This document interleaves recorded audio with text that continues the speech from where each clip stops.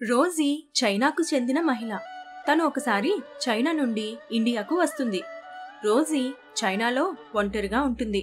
ఆమె ఇండియా గురించి విని ఇండియా చూసి తిరిగి వెళ్దామని వస్తుంది.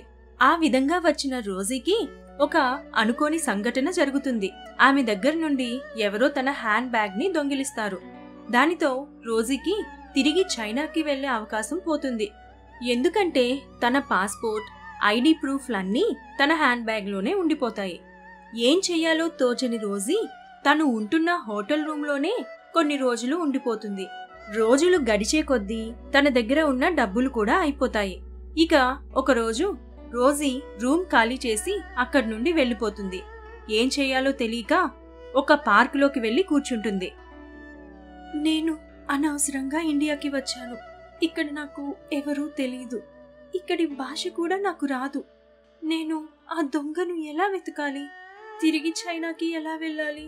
ఇక్కడ ఉండి ఎలా బ్రతకాలి అంటూ ఏడుస్తూ రోజీ ఆ పార్కులోని బెంచ్ మీద కూర్చుని ఉంటుంది. ఇదంతా దూరం నుండి నిలబడి ప్రదీప్ గమనిస్తూ ఉంటాడు. రోజీని అలా చూసిన ప్రదీప్ ఆలోచనలో పడతాడు. అమ్మాయిని చూస్తే ఏదో కష్టాల్లో ఉన్నట్టుంది. కానీ ఆమె ఒక అమ్మాయి, పైగా ఇక్కడ అమ్మాయిలా కూడా లేదు. దగ్గరికెళ్ళి మాట్లాడదామా అనుకుంటే ఏమైనా తప్పుగా అనుకుంటదేమో. కానీ కాలం చూస్తే అస్సలు బాలేదు. ఆమె ఇలా ఒంటరిగా ఉంటే ఆమె చాలా ప్రమాదంలో పడుతుంది. సర్లే, ఏమనుకుంటే ఏమైంది, ముందు వెళ్ళి ఆమె సమస్య ఏంటో తెలుసుకోవాలి అని అనుకుని ఆమె దగ్గరకు వెళ్తాడు. అప్పుడు ప్రదీప్ ఆమె దగ్గరికి వెళ్లి తనను తాను పరిచయం చేసుకుంటాడు. హలో అండి, నా పేరు ప్రదీప్. నేను చాలా సేపటి నుంచి మిమ్మల్ని గమనిస్తున్నాను. మీరెందుకో బాధలో ఉన్నారని అనిపించింది. అందుకే నేనేమైనా మీకు సహాయం చేయగలనేమో అని అడుగుదామని ఇలా వచ్చాను. ఇంత సాయంత్రం అయింది, కొద్దిసేపట్లో చీకటి కూడా పడుతుంది. మీరు చూస్తే ఒంటరిగా ఉన్నారు. ఒంటరిగా ఇక్కడ ఇలా ఉండడం మంచిది కాదండి. అందుకే ఏదైనా హెల్ప్ కావాలేమో అని అడుగుతున్నాను అని అంటాడు ప్రదీప్. అప్పుడు రోజీ ఇంకా ఎక్కువగా ఏడుస్తూ తన గురించి మొత్తం ప్రదీప్కి చెబుతుంది.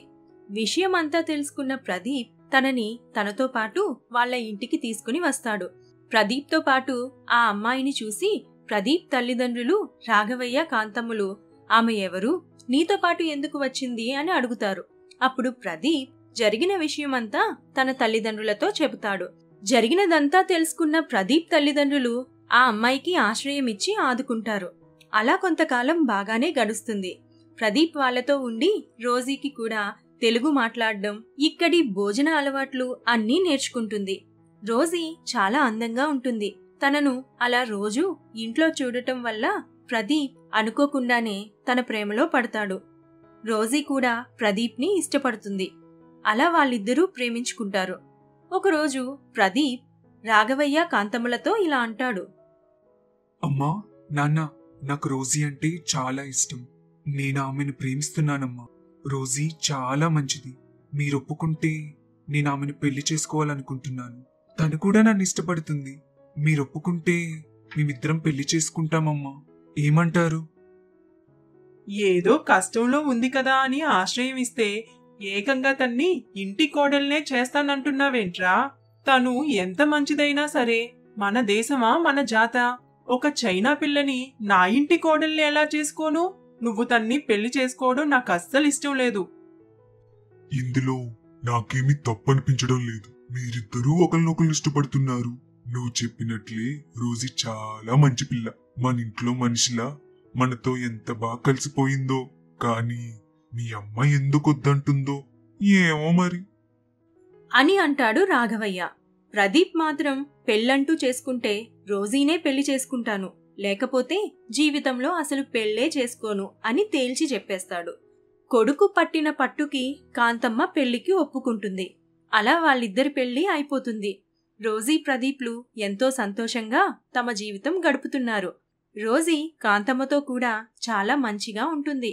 కానీ కాంతమ్మ మాత్రం రోజీని అస్సలు ఇష్టపడేది కాదు. అత్తయ్య, నేను మీకోసం కాఫీ తీసుకొచ్చాను, ఇది తాగండి. అత్తయ్య, ఏ దిక్కు లేని నాకు నన్ను మీ ఇంట్లో ఎంతో ఆదరించి ఆశ్రయం ఇచ్చారు. అది నేను నా జీవితంలో ఎప్పుడూ మర్చిపోను. కానీ అత్తయ్య, ఇప్పుడు కూడా ఏమీ మారలేదు. అప్పుడు నేను మిమ్మల్ని ఆంటీ అనేదాన్ని, ఇప్పుడు అత్తయ్య అంటున్నాను. అంతే తేడా. ఆ రోజు ఆ ఒక్క తప్పు చేసి ఉండకపోతే బాగుండేది.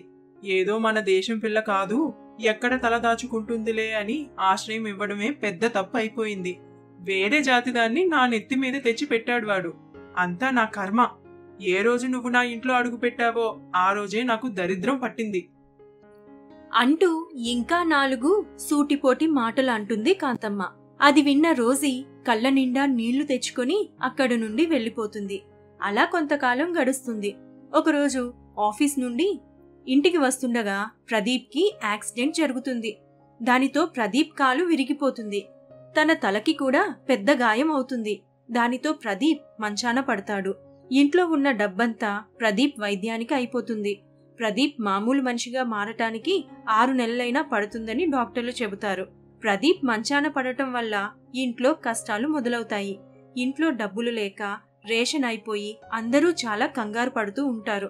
అప్పుడు రోజీ తన ప్లాటినం చైన్ అమ్మి ఇంటి దగ్గరే చిన్నపాటి చైనీస్ హోటల్ లాంటిది ఓపెన్ చేస్తుంది.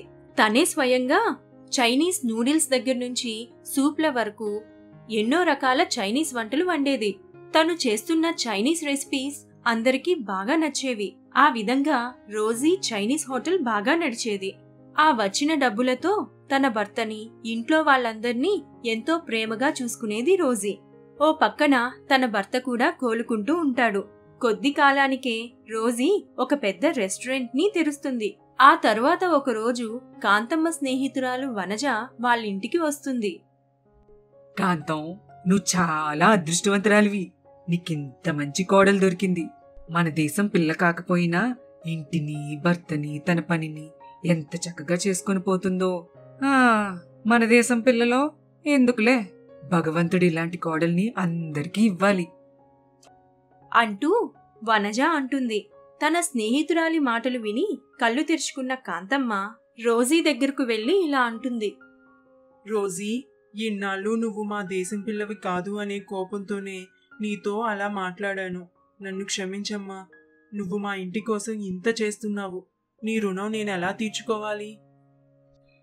అత్తయ్య, ఇదంతా నేను మన ఇంటి కోసం చేశాను. మనందరి కోసం చేశాను. ఈ ఇంటి కోడలిగా అది నా బాధ్యత. నేను ఒంటరిగా ఉన్నప్పుడు ఏ బంధం లేకుండానే మీరు నన్ను ఆదుకున్నారు. కానీ ఇప్పుడు ఇది నా ఇల్లు. మీరందరూ నా వాళ్ళత్తయ్యా. మీ అందరి కోసం నేను కాక ఇంకెవరు చేస్తారు? మీరు నాకు దగ్గరయ్యారు. నిజం చెప్పాలంటే నేను ఇవాళే గెలిచాను. నా భర్త ప్రేమతో పాటు మీ ప్రేమ కూడా పొందుకున్నాను. నాకు ఇది చాలు అత్తయ్యా అని అంటుంది రోజీ. కోడలి మంచి మనసు అర్థం చేసుకున్న కాంతమ్మ తనని తన గుండెలకు హత్తుకుంటుంది. కొన్ని రోజుల తర్వాత ప్రదీప్ కూడా బాగైపోతాడు. ఇకపై అందరూ ఆ చైనీస్ రెస్టారెంట్ చూసుకుంటూ హాయిగా వాళ్ళ జీవితం గడుపుతారు.